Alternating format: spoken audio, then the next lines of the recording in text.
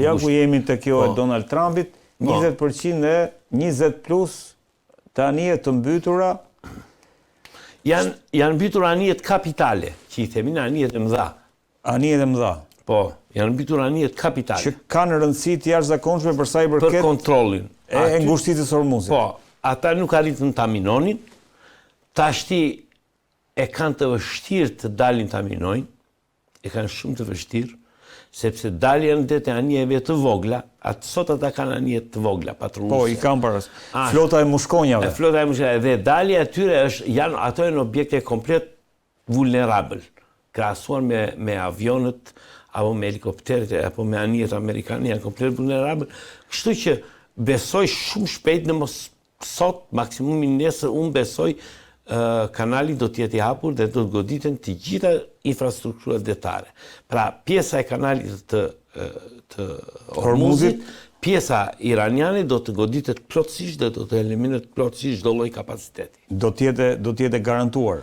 Do t'jetë garantuar. Ndërkohë edhe 73% e lëshuesve të dronëve, 86% e raketave balistike, thotë CENTCOM është? CENTCOM është komanda qendrore e Shtetit Bashkuar të Amerikës, e cila ka si zonë operacionale lindjen e mesme, por qendër komanda gjendet në Tampa, në Florida. Qendër komanda? Komanda e saj e CENTCOM-it gjendet në Florida, por zonë e saj operacionale është e gjithë lindja e mesme. Ndërkohë, kapiten, jemi në pikën që po bëhen goditje nga ajri, po bëhen goditje dhe nga aeroplan mbajtëset, po diskutohet edhe për operacione toksore. Në kuptimin që dje dolën shumë lajme, nuk e di se sa të konfirmuara janë, sepse ju e dini më mirë se sa unë se në shkoj jetojmë, por bëhet fjalë për angazhimin e mirave luftëtarëve kurd për t'u futur me trupa në Iran. Si e vlerëson këtë zhvillim? Shiko, një nga objektivat e amerikanëve mbas fitores ushtarake, pra që do t'jetë ato dy e qitashun, do të dëshironi që të ishte një revolte e brendshme ose një forcë armatosore e brendshme e cila të rrezonte sistemin aktual. Por, kjo për momentin nuk duket që ekziston. Që ekziston një opozitë e brendshme ose një forcë armatosore e brendshme. Brenda për brenda Iranit. Ata do tentojnë deri në fund ta krijojnë. Nuk e di nëse do ta krijojnë dot apo jo, sepse kurdët kanë një problem tjetër, që kurdët janë tradhtuar 1-2 herë nga amerikanët dhe nuk e di sa besim mund të kenë në këtë. Ndoshta më e thjesht mund të jetë opozita apo njerëzit që kanë demonstruar deri në 14 janar tani. Pra, nuk e di, kjo është pyetja më e vështirë në fakt, ose faza më e vështirë dhe më e paplanifikuar e operacionit. Kjo është faza më e vështirë. Më e vështirë dhe e paplanifikuar e operacionit. Nuk ka pas kur nisi operacioni, kjo fazë nuk ka qenë e planizuar. Sepse nuk ka pasur burime për ta planizuar. Ata, ndërkohë që vazhdojnë operacionet, ata bëjnë tentativat për krijimin e forcës armatosur brenda. Pse? Sepse amerikanët vetë nuk futen dot me forcë toksore në Iran.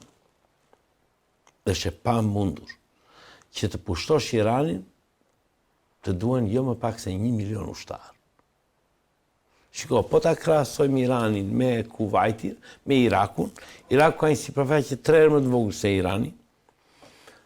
Ka një konfiguracion toksor ose gjeografia është shumë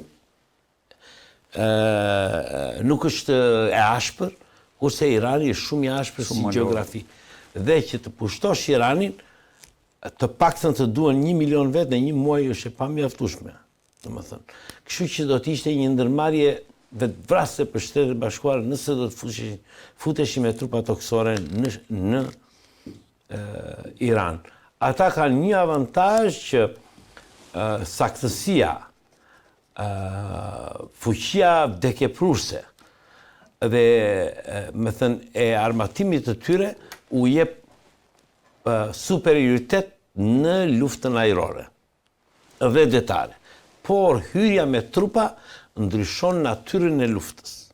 dhe numri ushtarëve që kërkojnë është aq i madh sa që e zauron të gjitha kapacitetet e Shteteve të Bashkuara.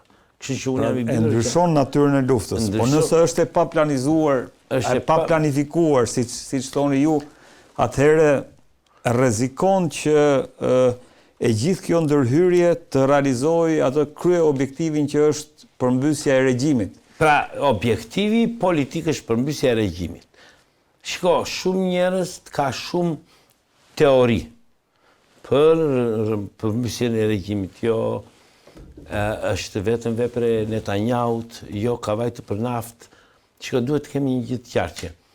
Kur ndërmerret një objektiv politik, merren në shqyrtim të gjitha rrethanat.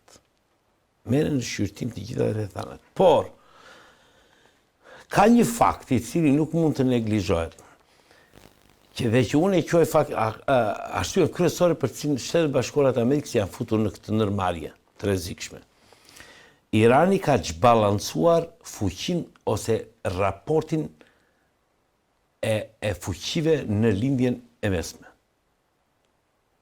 Ky është konstatim shumë i fortë. E ka zhbalancuar. Pse? Sepse nuk është vetëm kërcënim për Izraelin. Pra, kërcënon mbijetesën e Izraelit.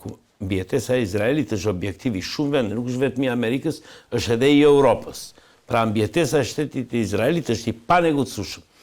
Dhe nuk është çështje vetëm e Izraelit. Unë mund të marr vetëm një fakt.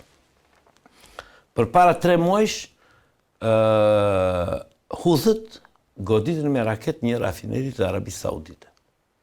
Para 3 muajsh. Po. Pyetja është, çfarë lidhje kanë Huthët me Arabinë Saudite? Pra, Irani ka krijuar dhe mban në gadishullin arabik 3 forca proxy, të cilat në fakt janë kërcënim jo vetëm për Izraelin, po dhe vetë vendet arabe. Që është Houthi, Hamasi dhe Hezbollah. Hezbollah jo vetëm është kërcënim për vendet e tjera, po është kërcënim dhe për vetë Libanin. Sepse në fakt, sot në Liban, dihet që e gjithë situata si ka precipituar, është për shkak të Hezbollah, dhe Hezbollah është përjashtuar nga drejtat politike. Pëmbakisht shumë shpejt del organizata e jashtëligjshme në Liban. Pra, e gjithë kjo dhe në fund, fakti që Amerika sulmoi Iranin nuk ka qenë vetëm kërkesë e Netanyahut, ka qenë kërkesë dhe Arabisë Saudite. Pra që do të thotë që ne kemi një koalicion anti-Iran në gadishullin arabik. E kemi një koalicion. E qartë. Por, shteti i cili mori përsipër të rivendosi balancën e forcave në atë rajon ishin Shtetet e Bashkuara të Amerikës, siç kanë qenë ata që kanë bërë gjithmonë, dhe në 91-shin dhe në 2003-shin.